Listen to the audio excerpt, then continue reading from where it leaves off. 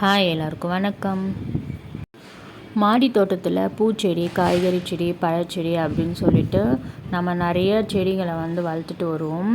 அந்த செடிகள்லேருந்து நம்மளுக்கு நல்ல அறுவடை கிடைக்கணும் அப்படின்னா உரம் நாம் அடிக்கடி கொடுத்துட்டே வருவோம்.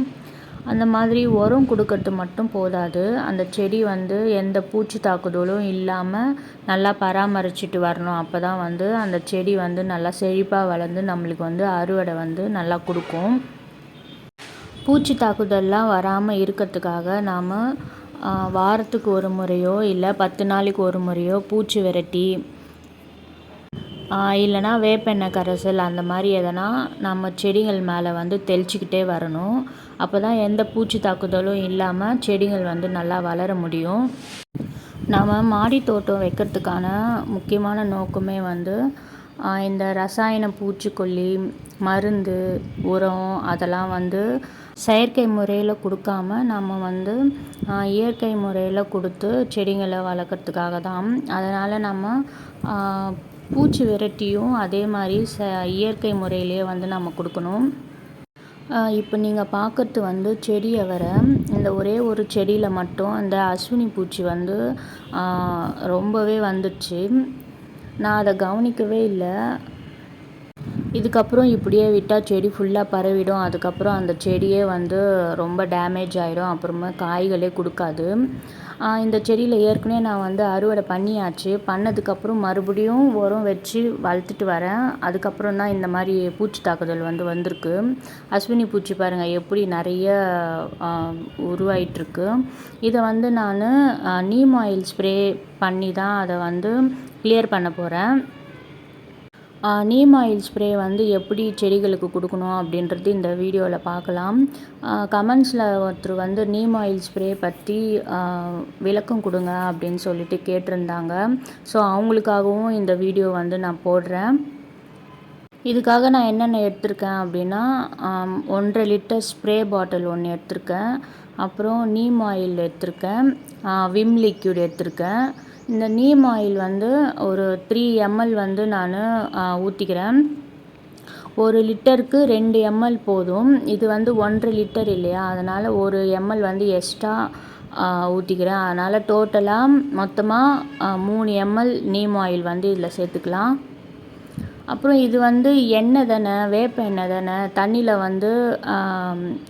கலக்கிறதுக்காக விம் லிக்விட் இருக்கும்ல, நம்ம பாத்திரம்லாம் கழுவோம் இல்லையா, அந்த லிக்விட் 2-3 சொட்டு இதில் சேர்த்துக்கோங்க. அப்போ தான் தண்ணியில் அந்த வேப்பெண்ணெய் நல்லா மிக்ஸ் ஆகும். அப்போ தான் நம்மளால் ஸ்ப்ரே பண்ண முடியும். இப்போ இந்த பாட்டிலில் தண்ணி 1.5 லிட்டர் ஊற்றிக்கலாம். இந்த நீம் ஆயில் நான் எங்கே வாங்கினேன் அப்படின்னா, ஆன்லைனில் கிருஷ்ணா சீட்ஸ் அப்படின்னு சொல்லிட்டு நான் வாட்ஸ்அப் மூலயமா ஆர்டர் பண்ணி வாங்கினேன். இது 2-3 வாட்டி வாங்கிட்டேன். இந்த நீம் ஆயில் ரொம்பவே நல்லாயிருக்கு. நீங்களும் ட்ரை பண்ணி பாருங்கள். இப்போ அந்த ஸ்ப்ரே பாட்டிலில் தண்ணி ஃபுல்லாக ஊற்றக்கூடாது, கொஞ்சம் கேப் இருக்கணும். தண்ணி ஃபுல்லாக ஊற்றுனீங்கன்னா அது நம்மளால் பம்ப் பண்ண முடியாது, ப்ரெஷரும் வராது. ப்ரெஷர் நல்லா வந்துச்சுன்னா தான் நம்மளால் நல்லா ஸ்ப்ரே பண்ண முடியும். இங்கே நான் மிளகாய் நாற்று விட்டுருக்கேன். நாம் இப்போத்துலேருந்தே அது நம்ம நீம் ஆயில் ஸ்ப்ரே பண்ணிகிட்டே வரணும். ஏன்னா மிளகாயில் நிறைய பூச்சி தாக்குதல் வரும், இலை சுருட்டல் நோயெலாம் வரும். அதனால் நாற்றாக இருக்கும்போதே நாம் இந்த நீம் ஆயில் ஸ்ப்ரே பண்ணிகிட்டே இருந்தோன்னா பூச்சி தாக்குதல் இல்லாமல் நல்லா செடி வளரும். எப்பவுமே நாம் ஒரு செடிக்கு பூச்சி தாக்குதல் ஏற்படுறதுக்கு முன்னாடியிலேருந்தே நாம் எதனா ஒரு பூச்சி வெரைட்டியோ இல்லை இந்த மாதிரி நீம் ஆயில் ஸ்ப்ரே நம்ம ரெகுலராக கொடுத்துட்டே வரணும். பூச்சி ஃபார்ம் ஆயிடுச்சு அப்படின்னா நம்மளால் ஒரு டைமில் அது கண்ட்ரோல் பண்ணவே முடியாது. அதனால் நம்ம செடியை பிடுங்கி போடுற மாதிரி ஆகிடும். அதனால் நீங்கள் வாரத்துக்கு ஒரு முறை இல்லைனா 10 நாளைக்கு ஒரு முறை கூட இந்த நீம் ஆயில் ஸ்ப்ரே பண்ணிகிட்டே வாங்க. இந்த ரோஸ் செடியில் ஒரு மாதிரி த்ரிப்ஸ் அட்டாக் மாதிரி இருக்குது. அதனால் நல்லா இலை அந்த தண்டுலாம் நனையிற மாதிரி நான் நல்லா ஃபுல்லாக ஸ்ப்ரே பண்ணி விட்டுட்டேன். இப்போ மல்லி செடிக்கும் நான் அதே மாதிரி ஸ்ப்ரே பண்ணி விடுறேன். மல்லி சீசன் தொடங்கிடுச்சு. வெயில் ஆரம்பித்தாவே அந்த மல்லி நல்லா செடி துளுக்க ஆரம்பிச்சிடும். அதனால் இப்போத்துலேருந்தே அதுக்கு அந்த நீம் ஆயில் ஸ்ப்ரே பண்ணிகிட்டே வந்துருங்க. இப்போது மேல் மாடிக்கு வந்திருக்கேன். இப்போது அந்த அவரை செடியில் அஸ்வினி பூச்சி இருந்தது பார்த்திங்களா, அதுக்கு தான் வந்து நான் இப்போ ஸ்ப்ரே பண்ணி விட்டுட்ருக்கேன். நல்லா அந்த செடி, அந்த தண்டு எல்லாம் இலை எல்லாம் நனையிற மாதிரி நல்லா ஃபுல்லாக ஸ்ப்ரே பண்ணி விடுங்க. அப்போ தான் அந்த செடி வந்து நல்லாயிருக்கும். அந்த பூச்சியும் வந்து அப்படியே கருகி போயிடும். நாம் செடிக்கு இந்த நீம் ஆயில் ஸ்ப்ரே வந்து ரெகுலராக கொடுத்துட்டு வந்தோன்னா இந்த வெள்ளை பூச்சி இருக்குது பார்த்தீங்களா, அதுவும் வராமல் இருக்கும். இலைக்கு பின்னாடி இந்த இலைப்பேன் அப்படின்னு சொல்லிட்டு வரும், அதுவும் வந்து வராமல் இருக்கும். அதனால் நீங்கள் ரெகுலராக கொடுத்துட்டு வாங்க. இந்த ரோஸ் செடியில் வந்து ஒரு மாதிரி இலை சுருட்டல் மாதிரி நோய் வரும். அதுவும் இல்லாமல் த்ரிப்ஸ் மாதிரி வரும். அதனால் ரோஸ் செடிக்கும் நீங்கள் வந்து நல்லா இலைலாம் நல்லா நனையிற மாதிரி நல்லா ஸ்ப்ரே பண்ணணும். இந்த அவரை செடியில் எங்கெல்லாம் இருக்கோ அங்கெல்லாம் வந்து நான் இந்த நீம் ஆயில் வந்து ஸ்ப்ரே பண்ணி விட்டுட்ருக்கேன். அப்புறம் இங்கே ஒரு மிளகாய் செடி, இதுவும் இலை சுருட்டல் மாதிரி ஆயிடுச்சு. அதனால் ஃபுல்லாக ட்ரிம் பண்ணிவிட்டு இப்போது இது பண்ணேன். இப்போ எப்படி இருக்குது பாருங்கள், இந்த மிளகாய் செடி நல்லா பசுமையாக வருது. இந்த நீம் ஆயில் ஸ்ப்ரே வந்து நீங்கள் ஒரு 6 மணிக்கு மேலே நீங்கள் ஸ்ப்ரே பண்ணணும். ஏன்னா இது வந்து நம்ம வெயில் டைமில் நம்ம ஸ்ப்ரே பண்ணோன்னா செடி வந்து காஞ்சி போகிறதுக்கு வாய்ப்பு இருக்குது. அதனால் சாயந்தரம் ஒரு 6 மணிக்கு இல்லை 6 மணிக்கு மேலே கூட நீங்கள் ஸ்ப்ரே பண்ணிட்டு வரலாம். இது வந்து செடி அவரை இப்போ தான் விதை ஊனி வச்சேன், 1 வாரம் ஆச்சு. இந்த செடிக்கும் வந்து நம்ம இப்போத்துலேருந்தே நீம் ஆயில் வந்து ஸ்ப்ரே பண்ணிகிட்டே வரணும். இந்த கீரை வந்து விதைக்காக விட்டுருக்கேன். இந்த விதை மேலேயும் நம்ம ஸ்ப்ரே பண்ணிகிட்டே வந்தோன்னா அந்த விதையில வந்து எந்த பூச்சி தாக்குதலும் இல்லாமல் அந்த விதை வந்து நம்மளுக்கு கிடைக்கும். இது வந்து என்ன செடினா மாதுளஞ்செடி. இதுலேயும் நிறைய வெள்ளை பூச்சிலாம் வரும் பார்த்திங்களா, அதனால் இதையும் நல்லா ஃபுல்லாக நனையிற மாதிரி ஸ்ப்ரே பண்ணி விட்டுருங்க. இந்த நீம் ஆயில் ஸ்ப்ரே வந்து நீங்கள் காலையிலையும் ஸ்ப்ரே பண்ணலாம். ஆனால் வெயில் வரத்துக்கு முன்னாடி ஒரு 5லேருந்து 6 மணிக்குள்ளே நீங்கள் வந்து ஸ்ப்ரே பண்ணிடணும்.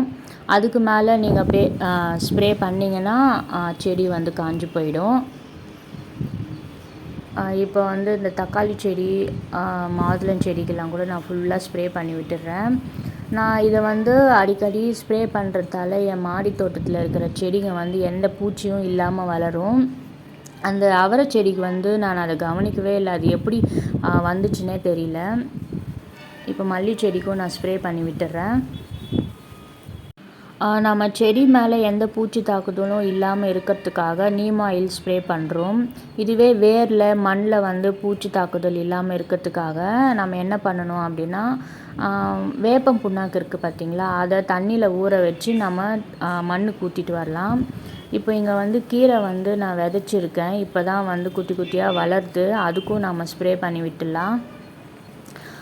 கீரை வந்து கொஞ்சம் ஒரு அரை அடிக்கு வரும்போது அதிலிருந்தே நம்ம வந்து ஸ்ப்ரே பண்ணிட்டு வந்தோம்னா அந்த கீரை வந்து நல்லா செழிப்பாக வளரும். இப்போது மறுநாள் காலையில் வந்து அந்த அவரை செடியை காமிக்கிறேன் பாருங்கள். அந்த பூச்சியெல்லாம் அப்படியே கருகி செத்து போச்சு. செத்துட்டு அப்படியே அந்த தண்டில் அந்த பூலெல்லாம் அப்படியே ஒட்டிகிட்டு இருக்குது. ஆனால் பூச்சி எல்லாமே செத்து போச்சு.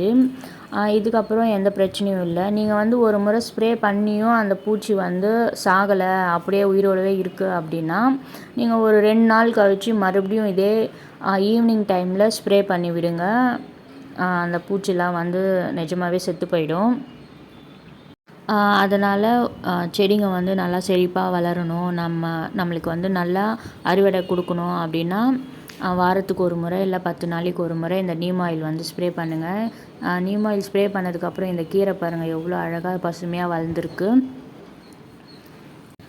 இந்த பதிவு உங்களுக்கு பிடிச்சிருக்கும் அப்படின்ட்டு நம்புகிறேன். என் சேனலை மறக்காமல் சப்ஸ்கிரைப் பண்ணுங்கள், லைக் பண்ணுங்கள், ஷேர் பண்ணுங்கள். தேங்க்யூ.